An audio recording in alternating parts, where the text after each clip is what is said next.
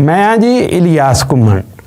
मेरी अज की जी इस विलाग का मौजू है वो साड़ी दहशतगर्दी है जिहड़ी कि पूरे पाकिस्तान में इन्हें अपनी लपेट में इस टाइम लिया हुआ है, लेकिन खास तौर पर KPK तो फिर उस तो भी ज़्यादा जिहड़ा है बलोचिस्तान दे विच बड़े ही तसलसल नाल उतोड़ती कई ऐसे वाक़यात बल्कि मैं तो कहांगा सानहे हो रहे ने कि जिद विच जिहड़ा वो पंजाबियां नूं कदे बसां तो उतार के उन्हां दी बकायदा जिहड़ा है शनाख्ती कार्ड वेख के पछाण कीती जांदी है, फिर उन्हां नूं वखरियां करके उन्हां नूं जिहड़ा है वो गोलियां मारियां जांदियां ने, उन्हां दे खानदान नूं उत्थे ही जिहड़ा है वो कईयां दे पूरे पूरे कह लो कि बच्चे भी मरदे ने, वालदैन भी बाप भी मरदे ने।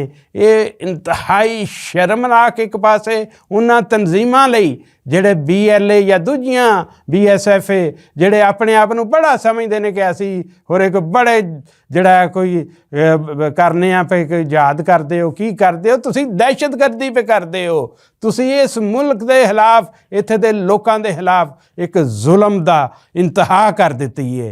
ये चाहिदा कि असी इन्हां सारे ज़ालमां दा सद्देबाब करिए। देखो बलोचिस्तान नूं पंजाबियां ने हर हाल नाल इहदी तरक्की दे विच हिस्सा पाया। कदे वेला सी जिहड़ा कोयटा सी वो पंजाबियां दा शहर कहवांदा सी, फिर गवादर जिहड़ा है ये फिरोज़ खां नून ने खरीदी सी जगह मस्कत कोलों, यानी ये कोई बलोचिस्तान दा था नहीं सी, बलोचिस्तान नूं नाम विच दिता, उन्हें कह लो कि एक तोहफा पंजाबियां ने दिता अपने पैसिਆਂ नाल खरीद के, ते अज उत्थे ये हालात ने पंजाबियां वास्ते।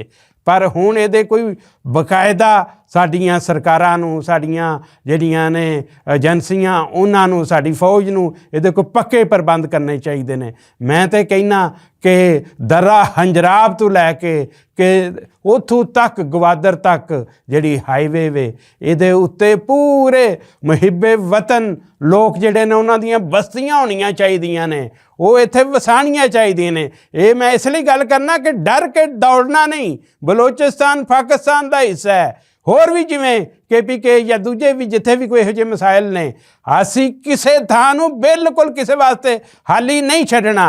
ये मैं जिहड़ी पिया गल करना इन्हां सारियां हाईवेज़ नूं जिहड़ा है वो महफूज करन दा एक ही तरीका रह गया कि इत्थे जिहड़े पंजाबी ते होर जिहड़े देश प्यारे लोक ने उन्हां नूं ज़मीनां दित्तियां जाण ताकि इत्थे नाल इन्हां दियां बस्तियां वसाईयां जाण, वो ताकि वो मुस्तकिल एक जिहड़ा है वो सहारा होवे कि आन जान वाला, क्योंकि एक कमर्शियल रूट भी होना है, इन्हें एक आलमी कह लो कि मंडी का जिहड़ा है वो रूप इख्तियार करना है। सारी जिहड़ी कमर्शियल रोड जिहड़ी है वो बेल्ट एंड रोड का जदों प्रासैस चलना है तो उहदे विच सानू ये गल याद रखनी चाहिए है। ये कोई वक्ती हल नहीं होने चाहिए, इहदे विच मुस्तकिल हल चाहिए ने।